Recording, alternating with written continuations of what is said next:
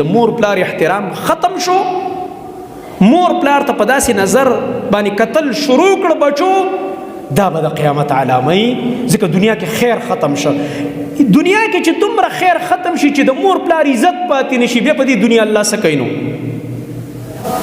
چې د وینځ نه به د هغې مالک یا مالکه پیدا شي، مانه د مور او پلار بېادبي به عامه شي. مور ته به داسې نظر کوي دا لور او دغه رنګه زوی لکه دای چې مور نه ده، دای څه ده په کور کې یو نوکره ده او یو وینځی ده. او اوس هم دا مناظر مونږ ګورو لګي په ډیرو کورونو کې مور د لور په مخ کې خبرې نشي کولی. دا مو اورېدلي که نه دي اورېدلي؟ مور د لور په مخ کې چې دی بعضې کار نشي کولی. په لاره چې روانې لور تې مخکې روانې، مور یې شاته روانې.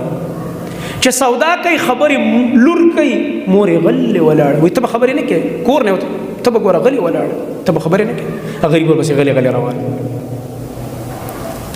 او دغه رنګه لورې د ملکې او د مالکې په شان روانه، او مور له به کله بچی په غېږ کې ورکړی، کله به هغه سودا مو ورکړی، غریب به ته به کدی نوکره را روانه تپوس وکړي هغې موري.